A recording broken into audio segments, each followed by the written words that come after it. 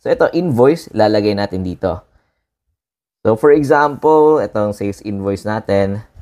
So, dito natin ilalagay. Yung date niya is January 14.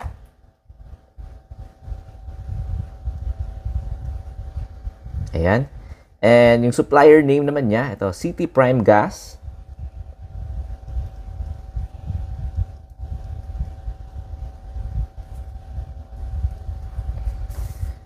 Ayan. So, sales invoice number. Ayan.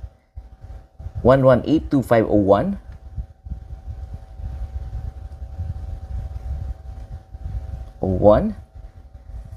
And then, magkano yung binayad natin na cash? For example, ito yun. 1894.33.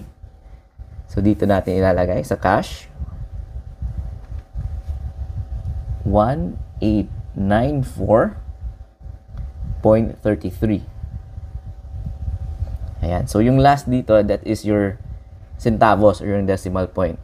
So, ano yung expense? Diba? This is fuel or gasoline. So, hanapin nyo dito, ano ba yung expense na related dito? So, ayan, may fuel tayo or transportation. So, ito yung i-debit natin for the same amount, 1894.33.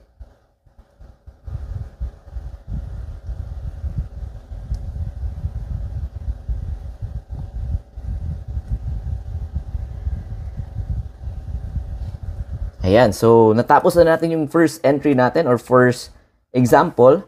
So, napakadali lang. January 14. Ayan, City Prime Gas. Yung invoice number niya, 1182501. Yung cash na binayad natin is 1,894.33. Credit natin yan. And again, kung magkano yung credit natin, may katumbas yan na i-debit nyo. So, equal palagi yan, yung credit tsaka yung debit. So, ito, nag-credit tayo ng 1894.33. And yung debit natin or yung expense natin is the fuel or the transportation. The same amount, 1,894.33.